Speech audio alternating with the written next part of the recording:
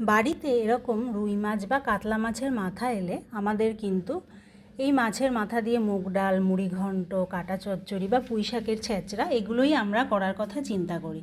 কিন্তু এই মাথা দিয়ে কিন্তু সুন্দর করে শুক্তো রান্না করে খাওয়া যায়। এই শুক্তোটা কিন্তু বাঙাল বাড়িতে খুব প্রচলিত একটা খাবার। আমরা মাছের মাথা দিয়ে ভাঙাচুরা শুক্তো বলি। এখানে একটা মাথা দুটো ভাগ করে কাটা আছে, সেটাকে সামান্য লবণ আর হলুদ মাখিয়ে আমি ভেজে তুলে রাখছি।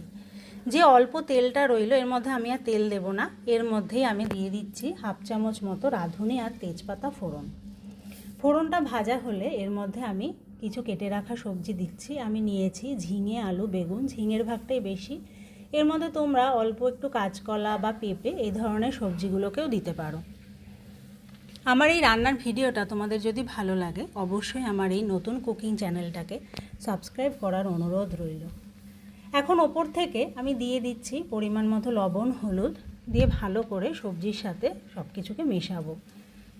নিচে থেকে যাতে ফোড়নের তেলটা বা রাঁধুনিটা ওঠে সেইভাবে ভালো করে সবজির সাথে মিশিয়ে দিচ্ছি। দিয়ে এটাকে কিন্তু চাপা দিয়ে রাখতে হবে। যেহেতু ঝিঙের ভাগটা অনেকটা বেশি, 2-4 মিনিট পরেই দেখবে যে ঝিঙে থেকে অনেক জল বেরিয়ে এসেছে। দেখো, এখন এর মধ্যে আমি একটা মশলার পেস্ট দিয়ে দেব। আমি এখানে হাফ চামচ মতো রাঁধুনি দিয়েছি, তার থেকেও কম নিয়েছি মৌরি, তার সাথে আদা বেটে দিয়েছি। এই পেস্টটাকে দিয়ে এখন ভালো করে সবজিগুলোর সাথে নেড়ে চেড়ে মেশাবো। মশলাটাকে মেশানো হয়ে গেলে আমি ভেজে রাখা মাথাগুলোও দিয়ে দিচ্ছি। মাথাগুলো দিয়েও নাড়াচাড়া করে চাপা দিয়ে রাখবো যাতে মাথাগুলো নরম হয়ে যায়।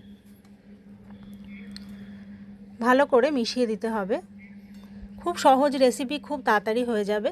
একটু পরেই দেখবে মাথাগুলো নরম হয়ে গেছে, তখন মাথাগুলো হালকা করে খুন্তি দিয়ে একটু ভেঙে দেবে। বেশি ভাঙলে কিন্তু কাটা কাটা হয়ে যাবে। এবার ওপর থেকে একটু মিষ্টি ছড়িয়ে দিলেই সুন্দর তৈরি হয়ে যাবে এই মাছের মাথা দিয়ে শুক্তো।